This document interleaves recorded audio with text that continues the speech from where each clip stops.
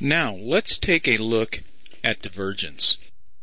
The first thing I'd like to do is show you an example of divergence. We'll define what it is using an example of positive divergence, and then we'll look at the psychology behind it. I want to use this section of the chart on the left-hand side. Let's look at the price first.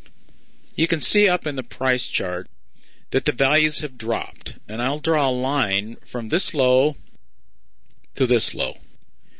We've had a drop in price on those two price swings. Let's go immediately below it and look at the corresponding MACD values. Now remember, this is the difference between the two moving averages. And you can see here that the MACD did not drop below the first low. It's actually moving up as the price is moving down. This is an example of positive divergence, and this will quite often happen right before a stock will start to run back up again, as it did in this case.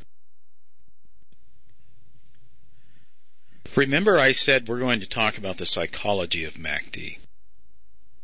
When I first saw this and divergence was explained to me, I could not understand why MACD could be so predictive of price movement. It really didn't make sense to me at a deep level. I spent quite a time looking at it, and I came up with an explanation that works for me, and I'll share it with you. And you can take it for what it's worth, but it certainly has helped me understand and have deeper appreciation for divergence. I explain it this way. Imagine, if you will, that you were walking a dog. The dog is on a leash, and imagine also, if you will, that it's a rubber leash, and the dog can pull on the leash and get farther away from you, and you'll feel, of course, the tension in the leash as he does that. Imagine that you were the green line. You were walking from left to right, and the dog, being hyperexcited and running back and forth on your trail, is the red line. Now, this is where the psychology comes in. Assume that the dog's mind, being very hyperactive and running from one side to the other, is like the mind of the masses of traders. You are trying to judge what's going to happen next. Let's say that you are right here, and the dog has run down, or it would be to your right if you're walking from left to right, this distance away, which would be represented by the red line. The MACD value is the tightness of your leash, or how far the dog is from you. And we can see that right here, from the zero line to here. The dog, of course, loses interest in the right side of the trail very quickly, comes back towards the center, and then turns and runs again to the right, pulling you ever so slightly in his direction. This time, however, an interesting thing happens.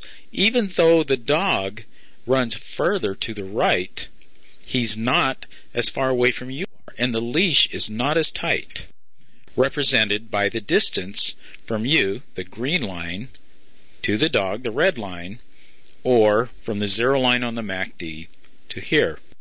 In other words, the dog is losing interest in that side of the trail. He has not run as far. You can't see that on price chart, but you can definitely see it in the difference of the two moving averages, or the MACD. And this is a clear indication that the dog very likely may run to the other side of the trail, which he did in this case. Let's look at some other examples. There's a very good example up here in this topping pattern.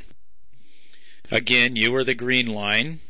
The dog is the red line, and you can see that he's running to what would be your left now and pulling the leash very, very taut right here. And if I draw that straight down, you can see that on the MACD chart, it would be from here to here. That is a measure of the tightness of the leash. The dog pulls back a little bit and runs again to the left. Okay, And you can see that the dog is still very, very interested in the left side of the trail. And you can expect that he will continue up the left side of the trail. He pulls back again a little farther this time and runs again. And this time he gets all the way to here. But note something. He didn't get very far from you this time. The leash is not nearly as tight as it was. That's the distance from here to here. And note the MACD divergence that was set up here. The price has actually gone up from here to here. And the MACD value has gone down. This is a clear indication that the run is about over with. In our example of the man walking the dog comes all the way back, runs again to the left side of the trail. This time he's almost completely lost interest in the trail. The leash from here to here is gone nearly completely slack, and you can expect a run to the opposite side. And of course that's exactly what happened here. You can see here, now the dog of course is over on the other side of the trail, and right here you can see he's starting to lose interest again. If I draw the vertical lines through here, you can see the difference, the distance from you to the dog is stretched out in this case, and in his next run down, which goes to an equal level in price, the leash has gotten completely slack, and I would expect a rally in this stock to occur right here. Also because it's happening on a support line. This is what I'm looking for. I'm looking for a significant MACD divergence at a logical turning point, which would be, of course, a support line. I'd like to conclude this video lesson by saying that I have found trading MACD divergences at logical turning points on stocks to be a very profitable trading system. It's taken me a long time to get to this point, and I hope this video will show you what can be done. There are several reasons why this works. Number one is that the divergences are truly a leading indicator, and it'll give you a chance to get into a trade before the move has occurred. Also equally important is the fact that I use trend lines to enter the trades in combination with MACD divergence. This is extremely important because I use the trend line as a stop. Not all of these trades work, of course. This is a stock market, and only a good percentage of them will run. The trick seems to be to buy into the stock near the support line. If the stock closes below the support line, in the case of a long trade, exit the trade the next day or on the next bar at least. Never get caught in a trade closing below the support line on a second bar. That's an ironclad rule, and it will keep you from losing a lot of money. Also, be sure that there's a significant distance that the stock can run.